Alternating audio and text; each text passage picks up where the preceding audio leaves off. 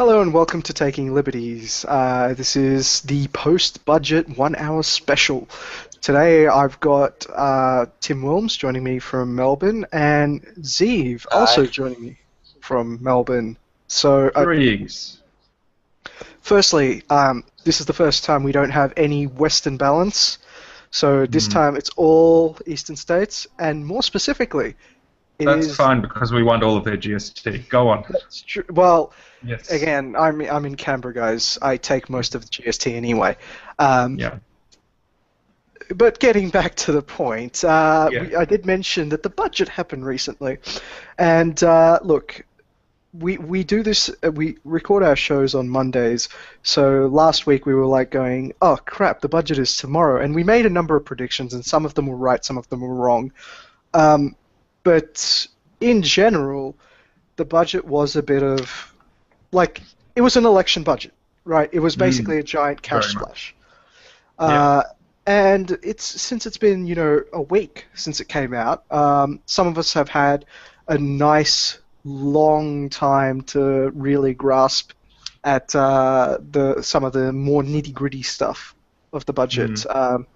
And I suppose we can talk by some of the big spending items, like the small business package, the childcare package, the national security budget increase. There's a whole bunch of pork there we can really have a big chat about. Feel free to jump in, guys. Well, let's jump in with the first issue, which is the small business package.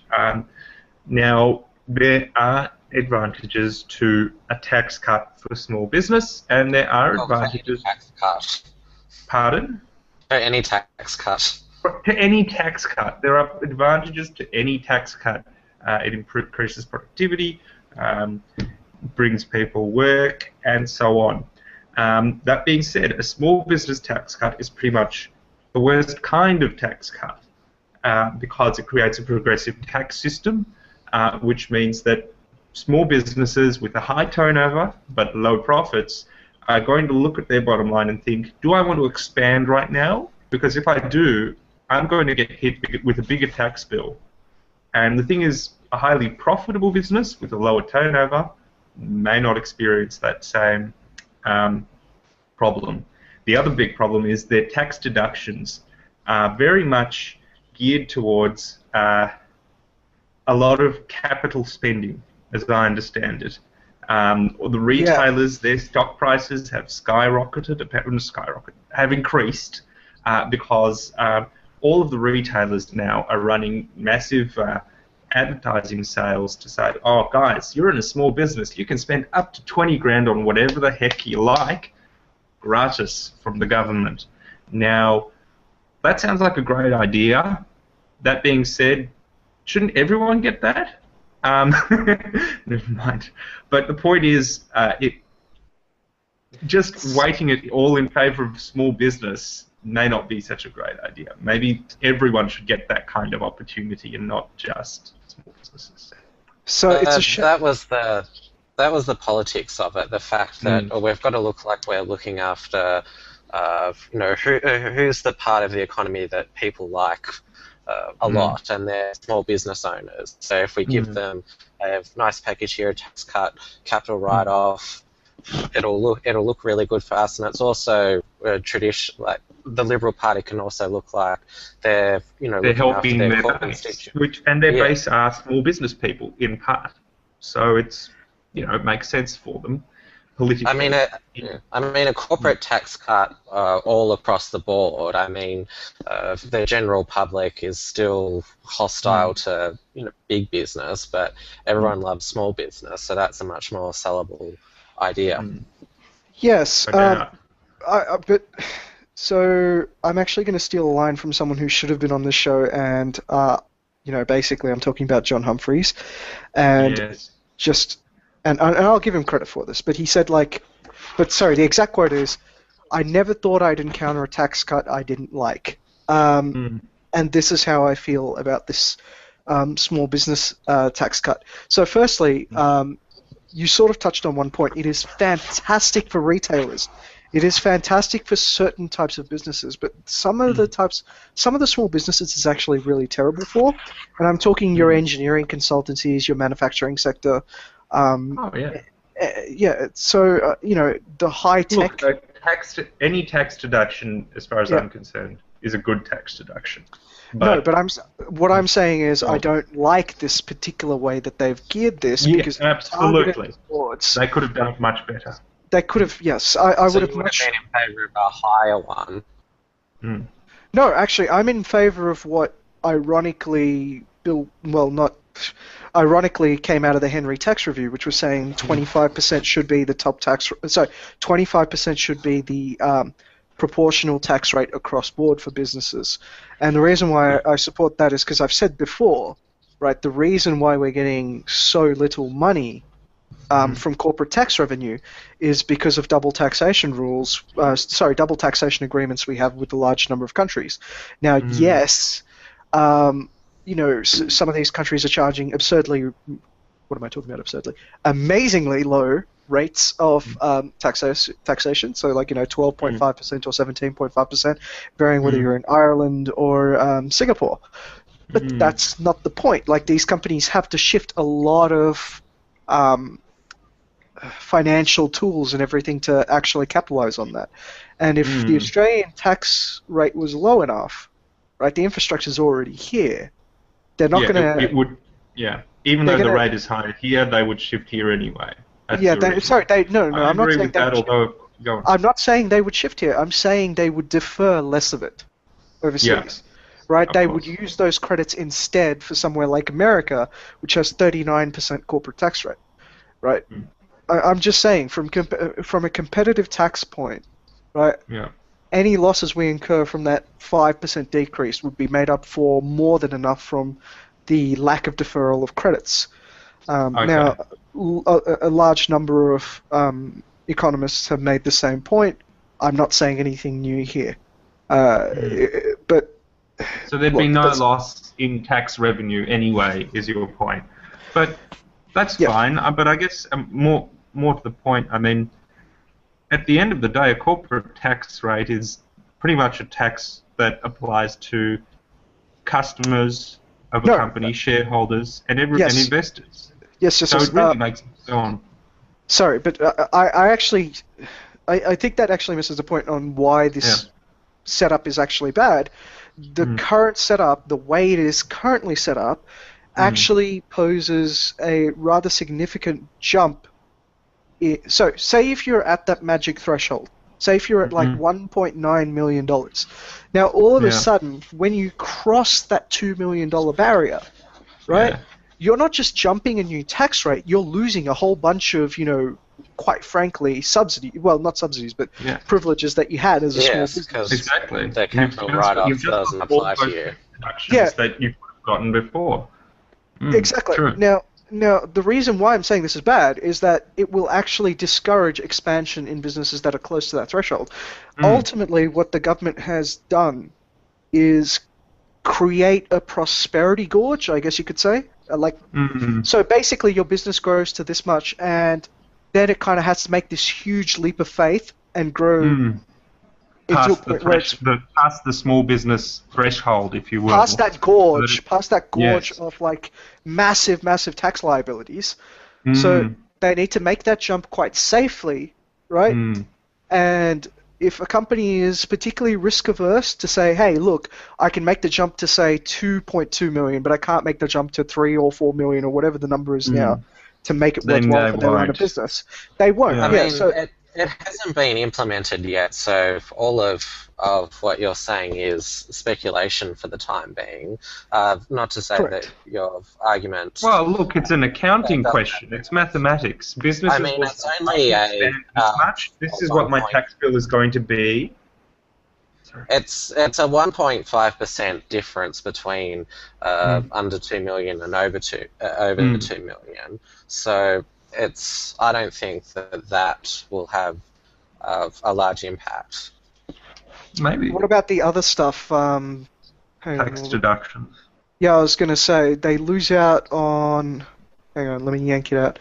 Expanded acceleration depreciation. accelerated depreciation, so they can't depreciate their capital faster. That's only available for small business. The other thing they lose is some fringe benefit. Basically, the fringe benefits need to be calculated per quarter for a large business. Once they cross that threshold, for a large business it's every quarter. For a small business it's every year. So now all of a sudden they've changed their reporting lines to 4 times a year instead of once. They also lose the immediate deductibility for professional expenses. So there's a whole bunch of stuff that they lose as soon as they cross that 2 million barrier. Yeah, it's true. I mean, but I think you've both got a point. I think some people at least will be sitting down and looking at their tax bill and asking themselves, how much more tax am I going to pay if I increase the size of my business? And the simple fact is that even if they do that, they will be spending time on their business they could otherwise be spending growing their business. So there will be costs. It won't be free of costs. Anyway, another issue that's come up is the childcare package that has been brought to our attention, and this one has been interesting in one way, and that is, well, I'm drawing a blank, frankly. I think primarily it's in the form of what is called double dipping. No, that's what they're to do with the maternity leave. That's different from the childcare. Well, go on. Yeah. You raise a good point there, Zeev, is the fact that this childcare package, which was supposed to be so good for working mothers, and it was covering nannies as well, that it seems to have gone off a cliff, so to speak, and that the media is now focused on the changes to the maternity leave, the fact that you can only have your employer's paid parental leave scheme or the government's one. So, yes.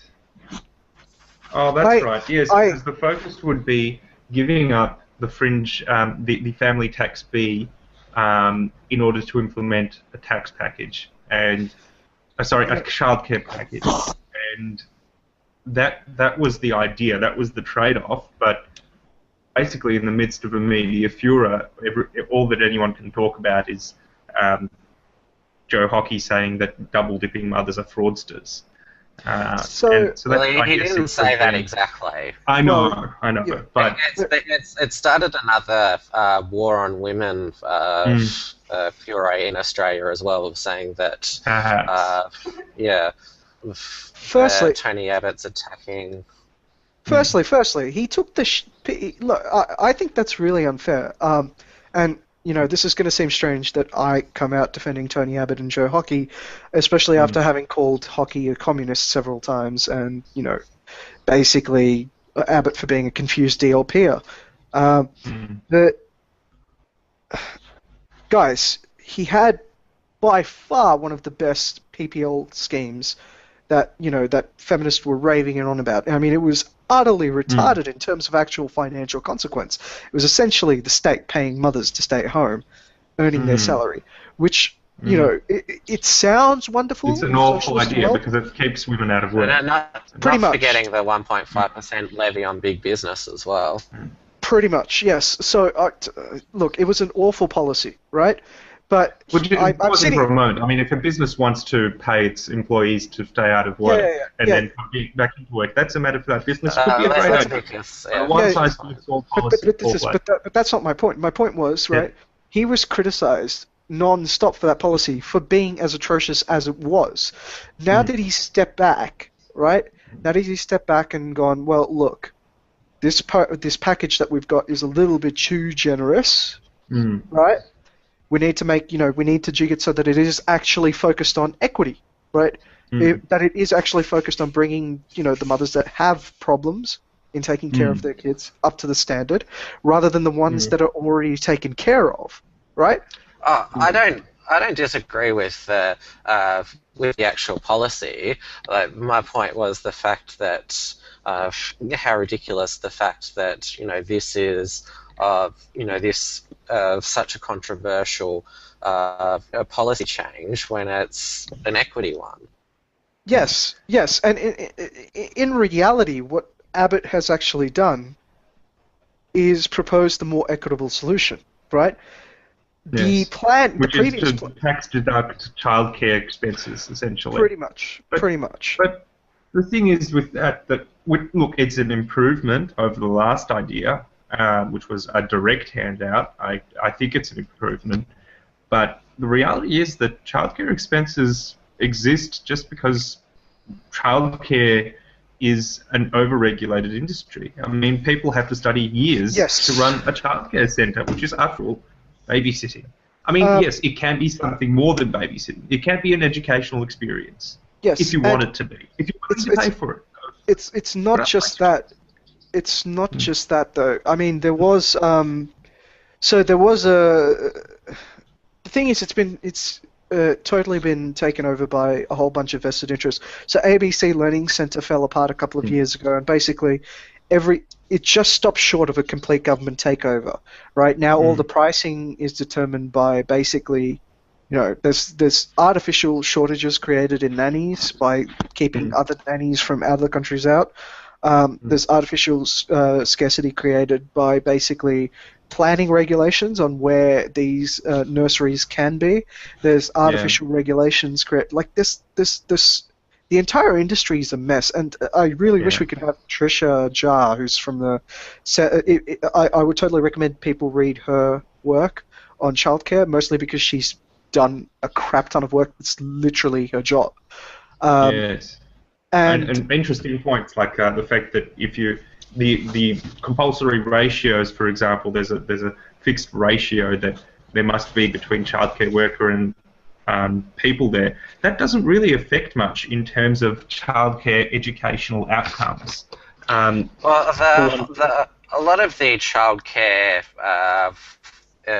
industry is controlled by the childcare workers lobby or union, as it is, so of course want to protect their jobs and wages, and this is why they push for more having more certifications and less children per worker. Yeah. So creating artificial scarcity, to boost payments. We have in the past, my point is always, we raised children fine before there was university childcare degrees. Yes, definitely. But this is all part of. So the general trend of unionized workforces is to introduce occupational licensing, and occupational licensing is a soft way of engaging in market protectionism. And yes, they kind of start off that way. Looks like Zeeves popped off, but I'm sure he'll be back once his computer's working again. But I suppose we should move on to the next area, mostly because, I don't think the two of us are as knowledgeable in this area. But I was hoping to talk about the national security budget part. So this, to me, was truly interesting in the sense that firstly, we are all going to be paying for the privilege of mandatory data retention. So not only is that government spying on us, we are paying for the privilege. And yeah. There was massive increases in all of the security agents' budgets on new software for intelligence. It was basically, I think, they just gave whatever the security agencies wanted to give them. So there was a really good line, and I can't remember who it was by, but they said, "I don't think we can ever spend enough on national security."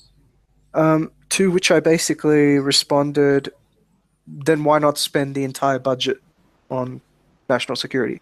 If you're truly saying you can never spend enough, you have 100% of GDP. You could allocate the entire thing to national security, if you so choose.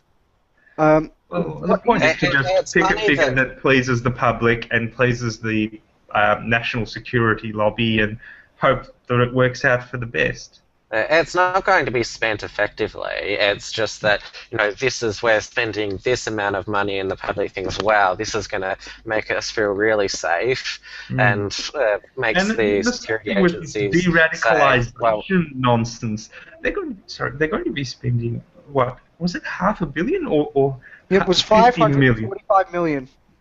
Yeah, $500 million on de-radicalization.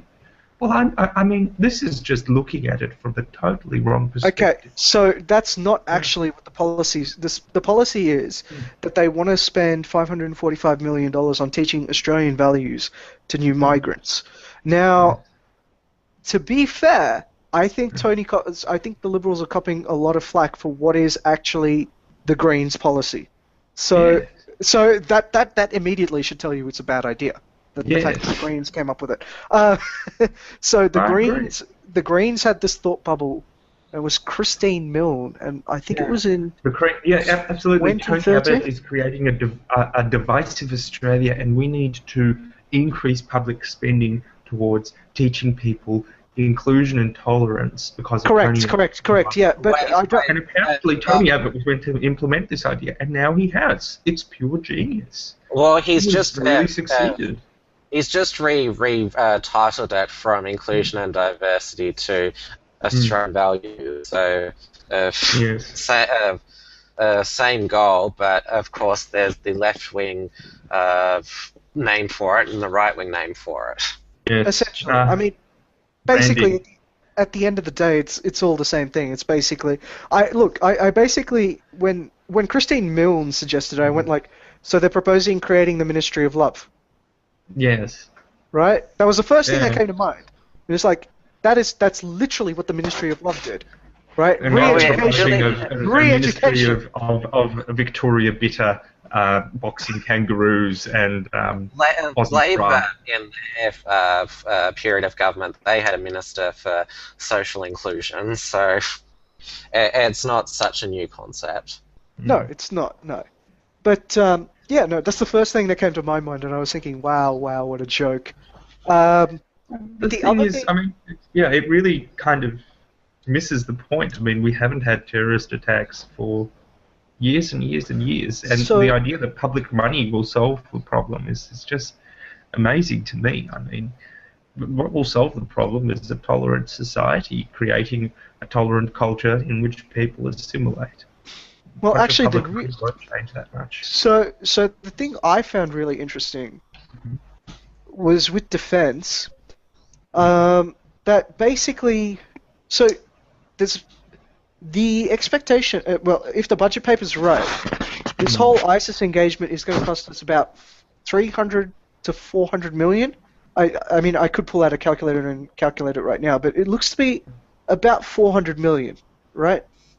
But the money for that seems to have come from a special account, right? Oh. Yeah, and my knowledge of those special accounts is that they're basically for A, the subs, B, the F-35. So, like, really, this engagement is shifting defense's allocated monies around. It doesn't look like there actually is any increase in defense. It just looks like defense was given a pool of money over 10 years, and they've just shifted where the spending of that money comes. Yeah, well, it's the old trick that governments move money around and say, look, we're spending, our spending in this area has increased, when it's just shifted money around. That's an old trick that's used all the time. Yeah, but what I'm saying is, like, overall, it doesn't look like defense's... overall, it doesn't look like... Yeah, it doesn't actually look like national security spending has increased well, national security has, but it's not in defense. It's not in defense, it's in the Attorney General's department. National security is different from defense. Apparently so, yeah. So it's basically... So it looks like it's about 200 and something million on the mandatory... Oh, no, wait. Sorry, just under. Yeah. Sorry, it's under 200 million. I'm trying to do the sums quickly off the top of my head by looking at this, but my mind's not that good. But yeah, I mean, there's Yeah, so most of the increase seems to have gone to the Attorney General's department to the tune of about just shy of 200 million. Well, look, it's to please the bureaucrats. They need to hire someone. They need to keep them employed, and they need to make sure they vote for him in the next election. And if it's gone to the Attorney General's department, That's Asia. we just Attorney General. Don't forget that George Brandis is the minister there, and trust him. He's a classical liberal. Oh yes, of course. I got told. When was it? Early on in the ministry. So early on during Abbott's rule. Yeah. Early on during Abbott's regime of terror. That George Brandis was the most libertarian senator they had. At which point I went, the guy proposing mandatory data retention is the most libertarian senator you've got. I have trouble accepting that. I have trouble accepting that he's a libertarian at all. Well, the thing is that anyone in the coalition, whatever their personal views, they really don't matter. They're there to work their way up the pile. Now, maybe they've got fellow like-minded people, and they're hoping that they all work up the way the pile and then agree with each other on what they should do. But until they get there, they don't really care. They'd like to keep their jobs, and they don't really care about the policy. Cool. So, one of the more, speaking of George Brandis, one of the more funny parts of the budget is he's taken all the arts funding away from the Australia Council and given it to himself to allocate. Yes. Interesting. Yeah. Because the Attorney General can make these vital decisions about our nation's art future. So that actually brings about some really interesting things about where, I guess you could say, where the revenue is coming from. Where the revenue for this budget is expected to come from. And the biggest part is from bracket creep, right? They're expecting huge windfalls in bracket creep, which makes sense because there's a whole bunch of people that are now probably sitting somewhere between 60,000 and 80,000. I think the median salary was something like, the median salary in Australia was something like 78,000, which means in the next 2 to 3 years... Pausing there for a minute for the viewers, I think bracket creep is basically two things. One is the government printing money to stimulate the economy, but as a byproduct of that, because supposedly it does that, but let's just agree to disagree at the moment. But the point is, in the process, the price of everything increases because there's more money around, so everything just gets more expensive, and as a result, people's salaries increase, but their living standards don't. Another thing you could call bracket creep in the sense is that everyone's becoming more productive, and then their actual real salaries also increase, and as a result, so do their taxable incomes. Yep. Yeah. Bracket creep is the way that Howard was able to, for years, sell himself as a radical tax cutter by saying, look at all these taxes I'm cutting, but it was basically just to avoid bracket creep. Yes. But what I was going to say is that actually that is a good point about Howard, and he doesn't get credit enough for it. Anyway, so given that the median income according to the ABS was like 70, I need to check that again, but it was in the high 70,000s, and I remember being surprised by this because I'm just like, how can it possibly be that high? And then I realized, there's a whole bunch of that. Basically it's been a while. And salaries in Australia have increased because we didn't have the GFC. But all of that aside, so if it's in the high 70s, within 2 to 3 years, most of us are going to be jumping beyond the 85,000 mark. Now, for anyone who isn't aware of this, at the $85,000 mark, you now jump into the second highest tax bracket, right? So unless there's an actual change in the tax in where the tax brackets start, etc., most of the income that is expected to come in the forward estimate is from people jumping across into that second highest tax bracket. So yes, in effect, there is a bit of a tax increase. The other place that they're expecting to make money is basically from taxing holidaying and working backpackers. So that's... Yeah, I thought that was it's a boon for the tourism industry, I'll tell you that. The tourism industry must be looking at that and thinking, thank you, Tony Abbott, for killing our market. I bet that sector of small business must be ecstatic at the fact that all the foreign workers that were going around all over Australia will now be hiking somewhere else, I think, perhaps, where their taxes won't be so high. Who knows? I don't think so. I don't think anybody who's hiking or doing that sort of stuff really cares. Working holidays. This is really affecting people on working holidays, and people on working holidays are going to look where they can do working holidays. And I don't think they base their decisions on tax though, because they never make enough. Yeah, but really? I think this can best be summarised as that the government's just looked at things where can we get an extra few hundred million, and they've thought, well, this is one, it's politically sellable, let's do it. Yeah, so basically chasing these working holiday people is expected to bring in just over 500 million. It's not so. And you're forgetting if I understand you, because you're saying that won't happen because not enough people will earn anything to make it count. No, I don't. Yeah, I think it's overly ambitious. I think what they've done is they've calculated how much the average income of these people is, and sort of gone, well, if we have a compliance program, we can collect this much. But the thing is, these people. Yeah, but the thing is, these guys. Yeah, but you're going to track them down. Yeah, you can't track them down. They're highly mobile, and they're only here temporarily. Plus, it's all cash. It's cash under the table work. Exactly. I'm just like, that is really ambitious. An interesting point is the fact that they don't vote, so it's easy to tax a bunch of people who don't vote. It's true. Not just that, but it's also easy to say that you have taxed them, because there's just no way you can ever check. The other one is digital imports. So, your online purchases. That's expected to make about $350 million in the forward estimate. So all of these are not much, but it's just grabbing what they can. Guys, I'll get to the big ones, okay? So one of the really, really big ones is the cancellation of the East-West link in Melbourne, which is expected to rake in a couple $1 billion. Which is another way of saying they're not going to spend that couple of $1 billion for now, unless political pressure forces them to later. Yeah. So my favourite part about that... They're trying to hold the Victorian government hostage by saying we're going to... The federal government's still clinging on to the East-West link, saying we can still get it built by blackmailing the Victorian government. Yeah, good luck with that. Which is, it's just for votes, either way. It doesn't really matter. So the other one is zone tax offsets to include fly-in and fly-out, drive-in and drive-out workers.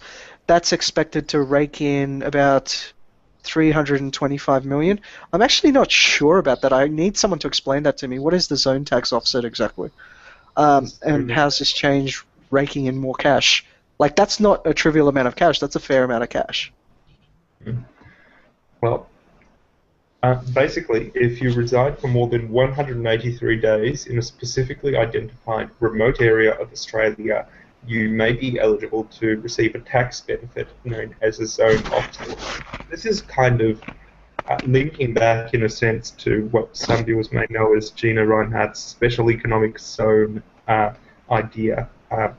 Particular very remote areas of Australia receive this benefit to encourage investment there, essentially.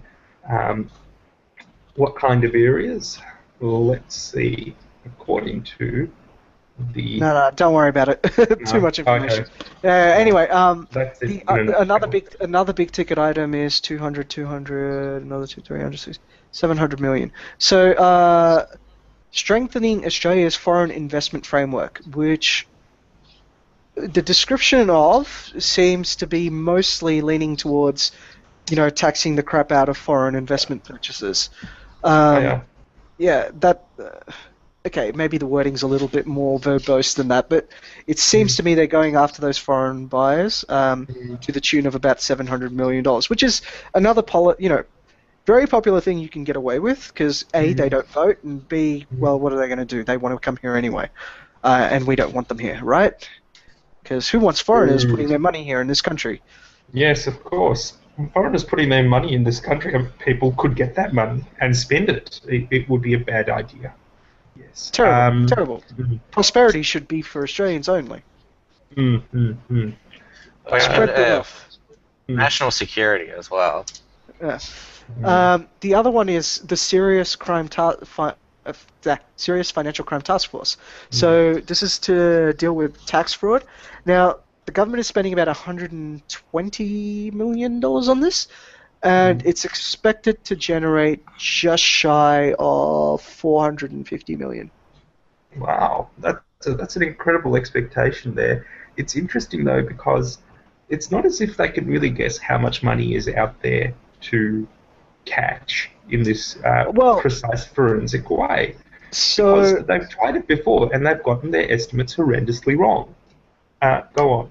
And they've lost numerous cases. Yes, and they've lost numerous cases. Yeah, so people seem to think there's this money tree, and if you shake the rich enough, the taxable income will just flow out of it as if it just doesn't work that way. Anyway, yes, but it's a political sellable idea. It's like, well, we're cracking down on these evil rich people. The liberals, the centre-right party, the Conservatives are cracking down on those evil rich people who are not paying enough. I wonder if it'll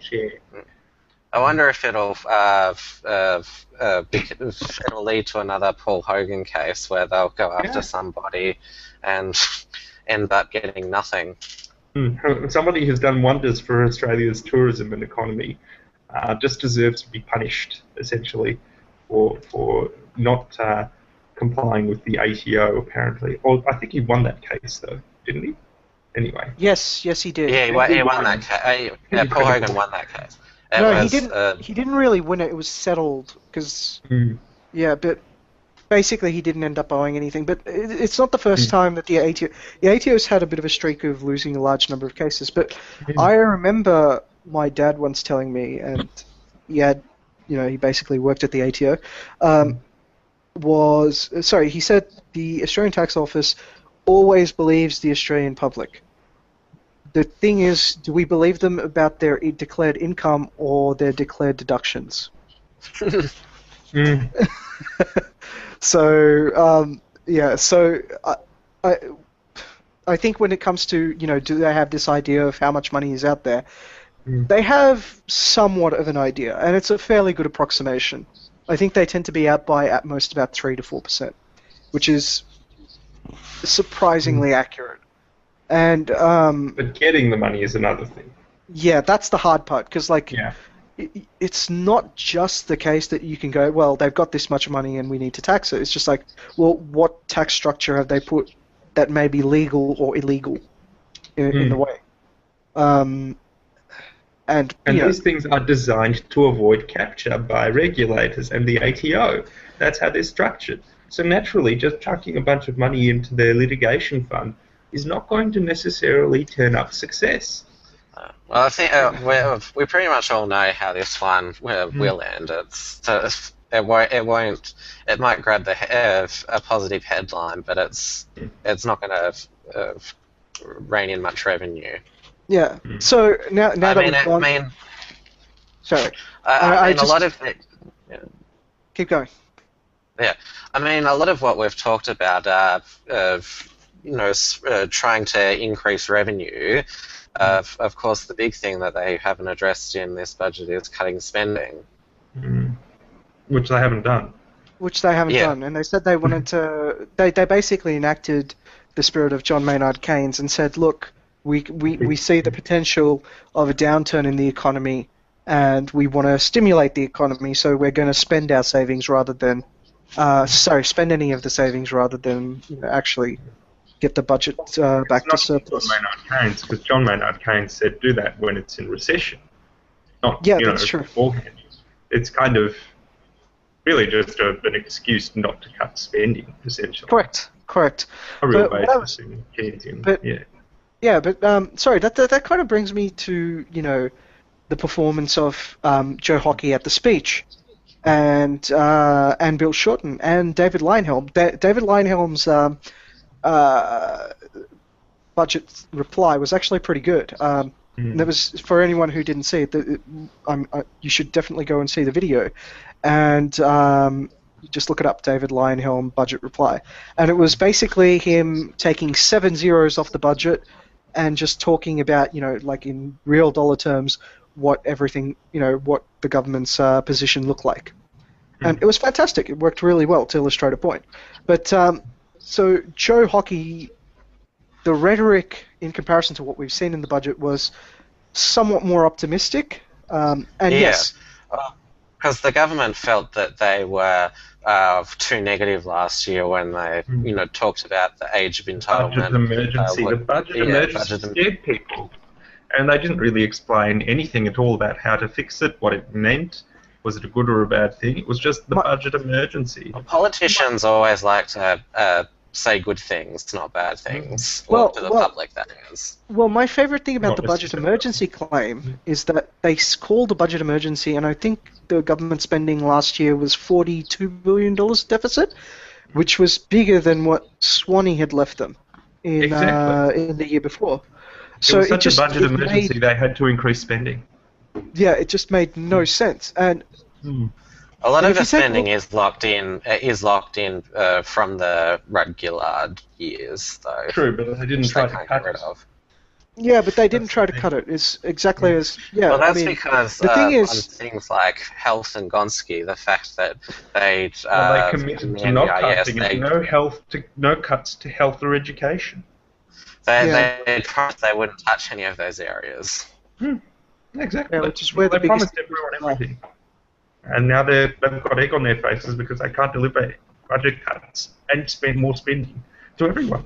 And they're hemorrhaging on the two-party preferred. I mean, I heard that Abbott's popularity went up. So, like, they've been talking in the news polls about how Abbott's popularity is up, the party's popularity is up, but the two-party preferred, they're still behind. And I know they're behind by the margin of error.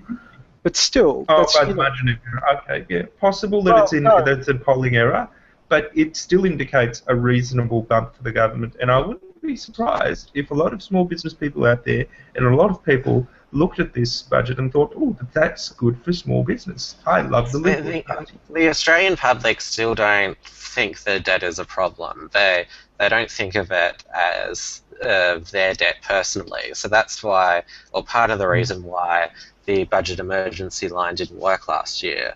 The fact that it hasn't really sunk into... hasn't really resonated with anyone.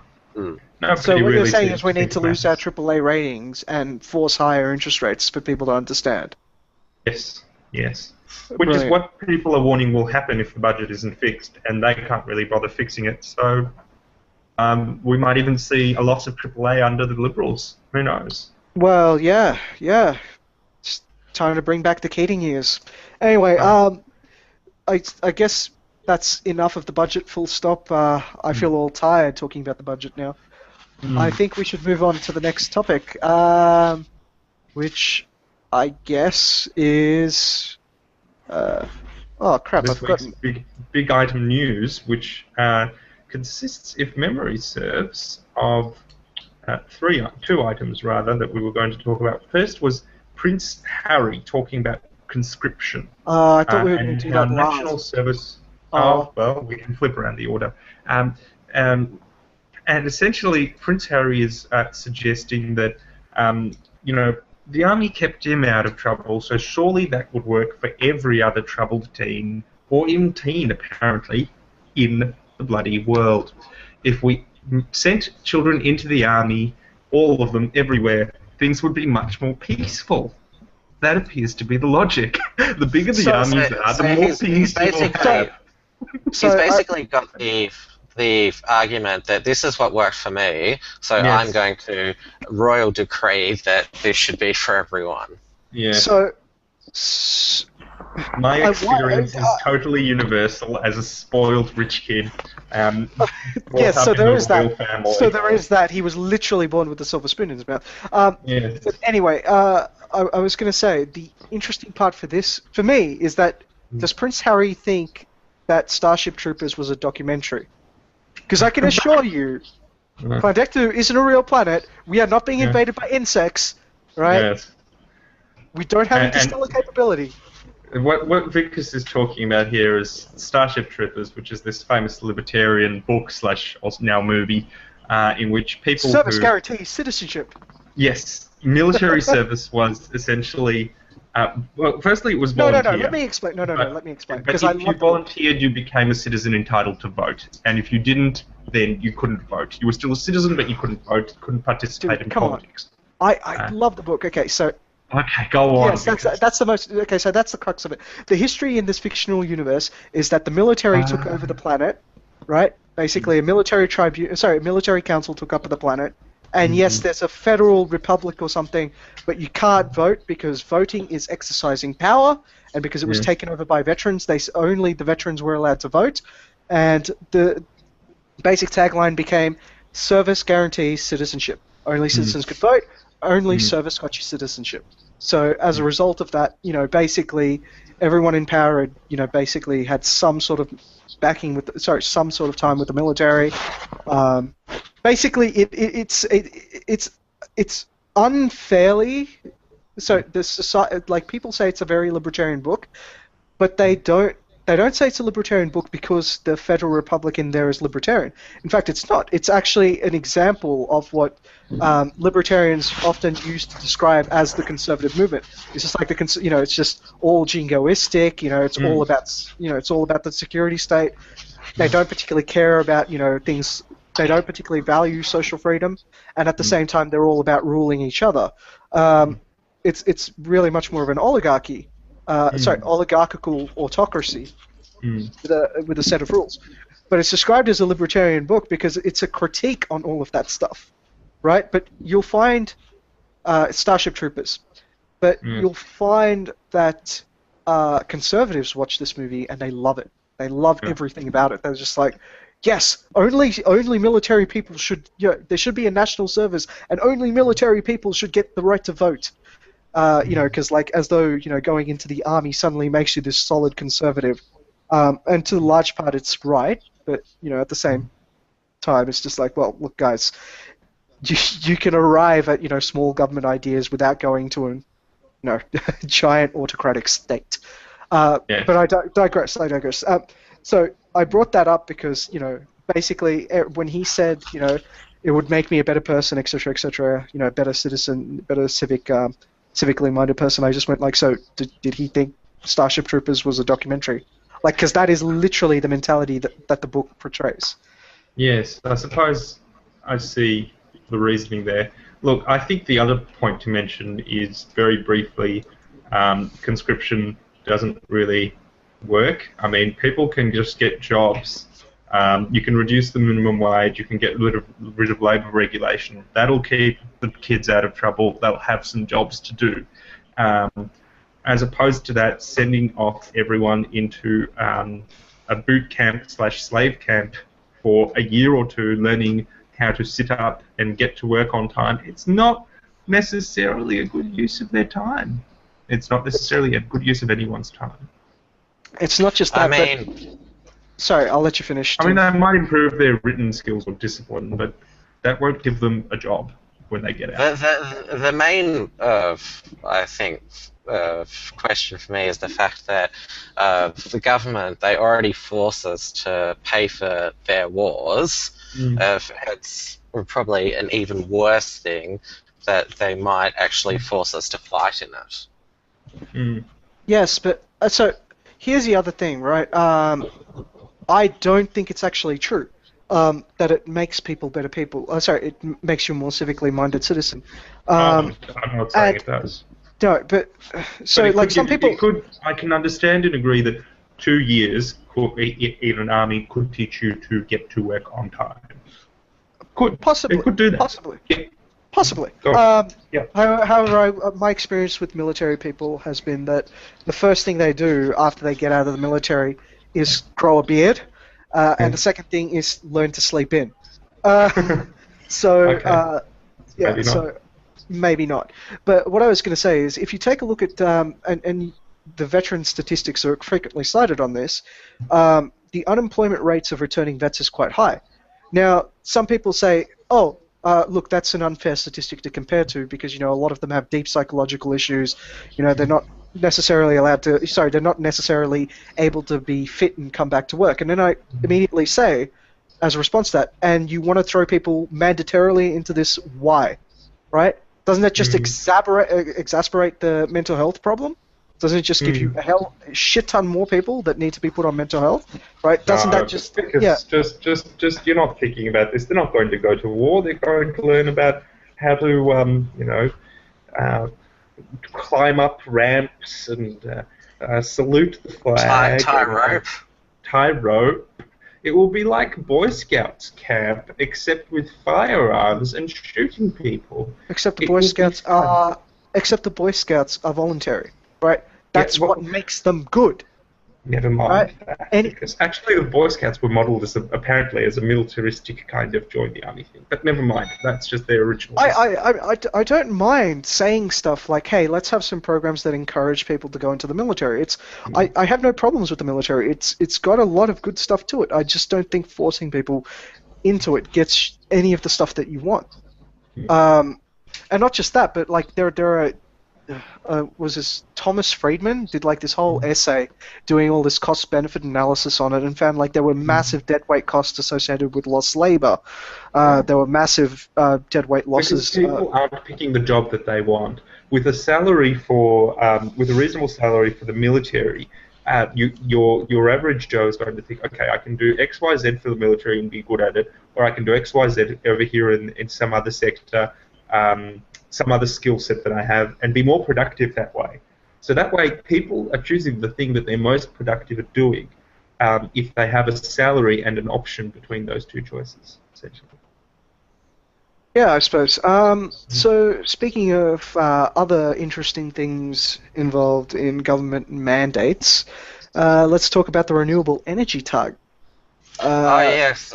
So there's been a consensus reached by Liberal and Labor, and don't we all love, when the major two parties work together? So it's gone down from 45,000 gigawatts to 33,000 gigawatts is the compromise. So we're still going to have a renewable energy target. It's just going to be slightly less bad than the one we had before, and. So basically, that's a 30% decrease.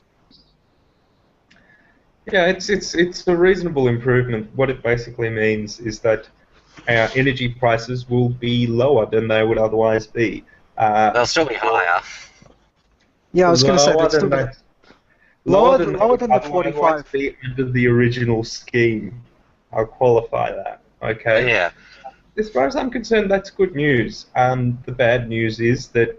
The government has not really made the case for repealing the RET, and it doesn't look as if it's going to anytime soon either, because it had before 2-year reviews in the legislation, but Labor didn't like that idea. They didn't want. It's systematic of this government, the fact that they know what the right reform is, the fact that they are just so bad at trying to sell it. And this is, I think, but it's all the Senate's fault. That category. Sorry? I said, but it's all the Senate's fault. Yes, it's the federal Senate.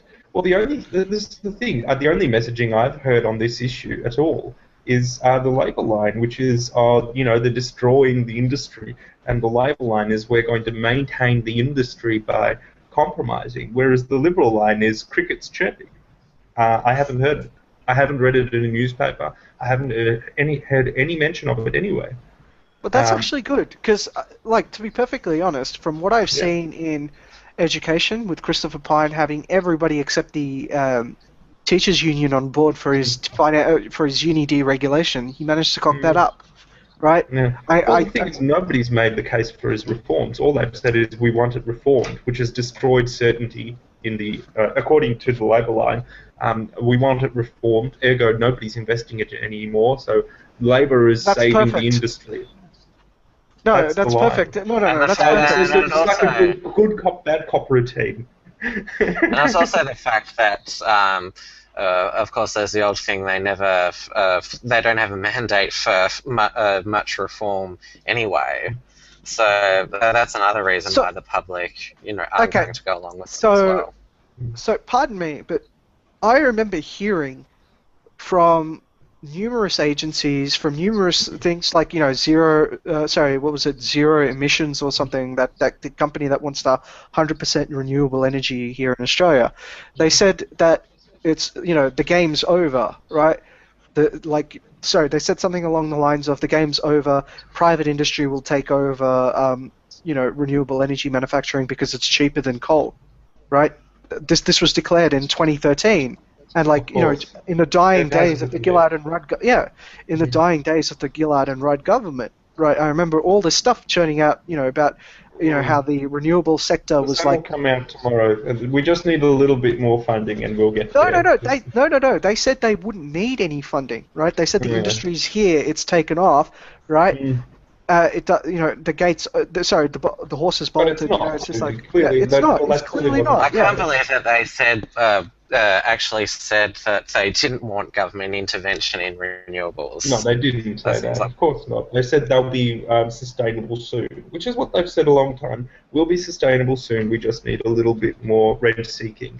That being said, I went to a fascinating talk by one of those energy economists who is a freedom kind of guy, and he's actually optimistic that solar will eventually become profitable, and it probably is in some areas where there's not much access to electricity infrastructure. I was gonna say exactly that. So it's not the case that the renewable energies are unprofitable or even terrible ideas. They're actually really good ideas in small communities.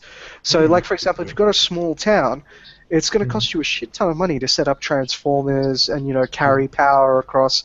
Instead, you could possibly create a small solar plant, right, and power that area up quite easily.